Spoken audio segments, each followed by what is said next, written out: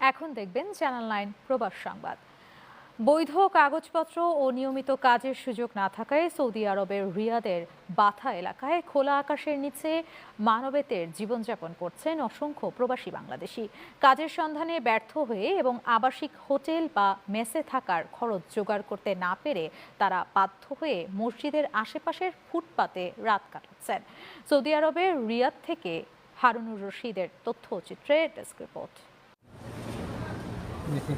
একটু ভালো থাকার আশায় বাবা মা সন্তান দেশের মানুষ ছেড়ে তরুণেরা প্রতিনিয়ত পাড়ি জমাচ্ছে মধ্যপ্রাচ্যের বিভিন্ন দেশে।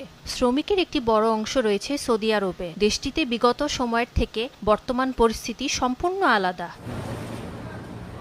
কাজ নেই বৈধ কাগজপত্র। অনেকেই অসুস্থ হলেও চিকিৎসা করাতে পারছেন না। কাজ হারিয়ে ইকামার মেয়াদ শেষ হয়ে কিংবা নানা প্রতারণার শিকার হয়ে অনেক বাংলাদেশি প্রবাসী রিয়াদের বাথা এলাকায় মসজিদের পাশে আশ্রয় নিয়েছেন। প্রবাসীরা এখানে এসে দালালের খপ্পরে বসে পড়ে তারা অসহায় জীবনযাপন করতেছে। প্রথমে এসে বেকার অবস্থায় ছিলাম 3 মাস, এই কারণে আকামা করার সমর্থন হয়নি। 2 মাস কাজ করছি, বেতন দেয় না, খুব কষ্টে আছে বর্তমান। ঘোরাফেরা করতেছি, মসজিদে ঘুমাই, মার্কেটের সামনে ঘুমাই।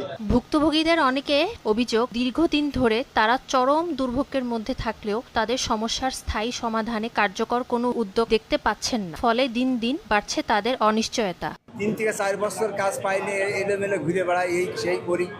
তারপরে 7 বছর পরে বাড়ি যাব।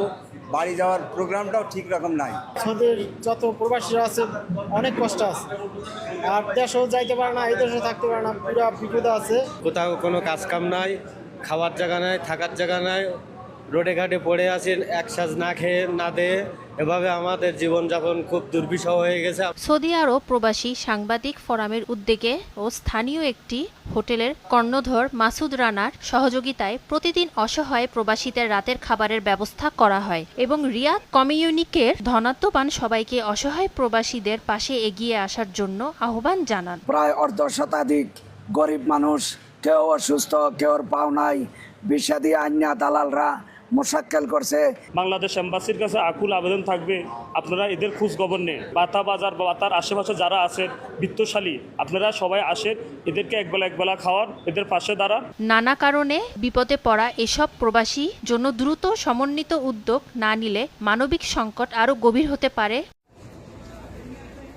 Channel 9 news desk.